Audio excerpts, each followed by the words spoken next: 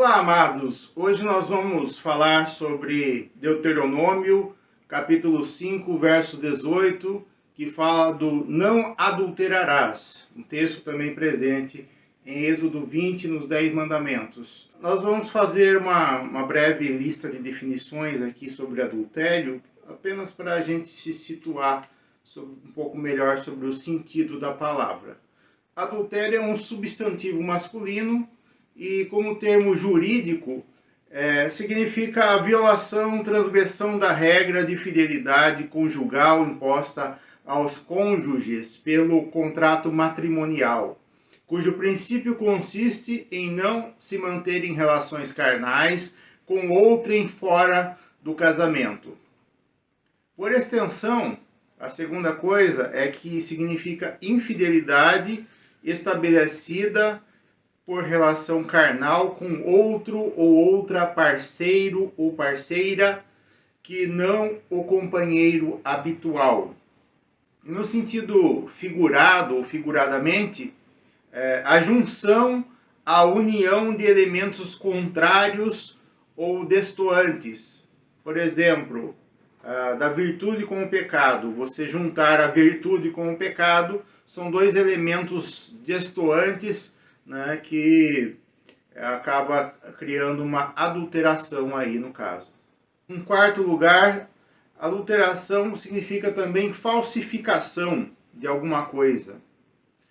Por exemplo, falsificação de dinheiro, falsificação de documentos, ou falsificação de combustível. Por exemplo, se você misturar alguma coisa que não é da composição da gasolina na gasolina, ela passa a ser um combustível adulterado também.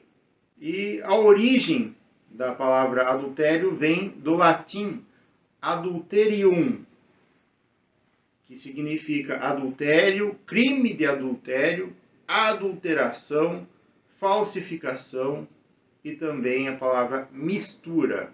Nós vamos abordar em 3 partes esse mandamento contido em Êxodo 20 e reforçado em Deuteronômio. Hoje nosso destaque é a importância do casal ser uma só carne. Quando falamos de casamento, o mesmo só é consumado através da relação sexual do homem e a mulher, entre marido e esposa.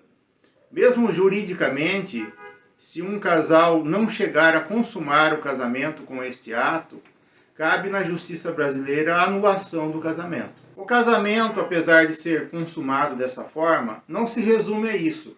Sabemos que envolve muito mais do que a questão carnal. O casamento não se sustenta apenas por esta base, apenas pela questão da sexualidade. Por outro lado, é importante e não devemos tratar como irrelevante a questão da sexualidade. Por outro lado, é importante e não devemos tratar como irrelevante a questão da sexualidade. Estudando o assunto, li diversos relatos de casais que sofrem com a falta de correspondência na vida sexual. Um rapaz jovem dizia: "Eu sou um marido celibatário. Tenho minha esposa há 5 anos, temos um filho, mas ela não me procura.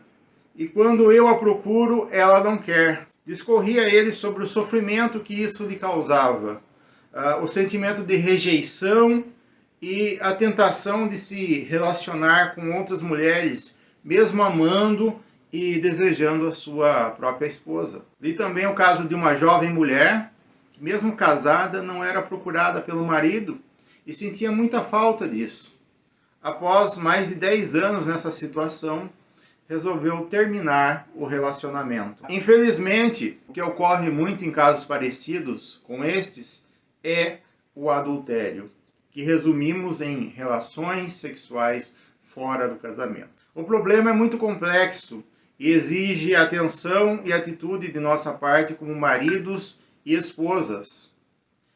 Sabe-se que a questão hormonal dos nossos corpos comanda a chamada libido, ou seja, o desejo sexual. Esses hormônios sofrem variações com a idade. Sendo assim, é possível que um casal com dificuldades nesta área possa recorrer ao auxílio médico especialista para cada um dos dois. A palavra de Deus nos faz o alerta claro sobre tomar cuidado com esse tipo de situação. Lendo um texto da palavra de Deus, diz o seguinte: quanto aos assuntos sobre os quais escreveram, é bom que o homem não toque em mulher. Mas por causa da imoralidade, cada um deve ter sua esposa e cada mulher o seu próprio marido. O marido deve cumprir seus deveres conjugais para com a sua esposa e da mesma forma a mulher para com o seu marido. A mulher não tem autoridade sobre o seu próprio corpo, mas sim o marido. Da mesma forma, o marido não tem autoridade sobre o seu próprio corpo, mas sim a mulher. Não se recusem um ao outro, exceto por mútuo consentimento e durante certo tempo para se dedicarem à oração. Depois, unam-se de novo para que Satanás não os tente, por não terem domínio próprio. Digo isso como concessão e não como mandamento. Veja que o apóstolo Paulo é cuidadoso com os crentes de Corinto e sabe do perigo que eles correm. Como cidade portuária, havia muita prostituição ali. No capítulo anterior, ele mesmo faz a advertência exatamente sobre isso. Ele diz o seguinte: vocês não sabem que aquele que se une a uma prostituta é um corpo com ela? Pois está escrito, os dois serão uma só carne. 1 Coríntios 6,16. É importante nós darmos atenção ao nosso cônjuge, que procuremos atendê-lo da melhor forma. Assim evitamos de acabar empurrando o nosso cônjuge para os braços de outrem. Nada justifica o adultério. A lei de Deus é clara, diz para não adulterar. E cada um é tentado pela sua própria cobiça, o que cabe a nós como filhos de Deus dominar. Diz assim a palavra de Deus: cada um, porém, é tentado pela própria cobiça, sendo por esta arrastado e seduzido. Então a cobiça, tendo engravidado, dá à luz o pecado. E o pecado, após ter se consumado, gera a morte. Que Deus nos ajude a sermos bons maridos e boas esposas, sensíveis uns para com os outros e vigilantes quanto a nós mesmos. Nós sabemos também que podemos contar com a ajuda de Deus para não cairmos. Diz assim a palavra de Deus: não sobreveio a vocês tentação que não fosse comum aos homens, e Deus é fiel. Ele não permitirá que vocês sejam tentados além do que o que podem suportar. Mas, quando forem tentados, ele lhes providenciará um escape para que possam suportar. 1 Coríntios 10, 13. Com a ajuda de Deus, temos a certeza de que vamos vencer. Amém.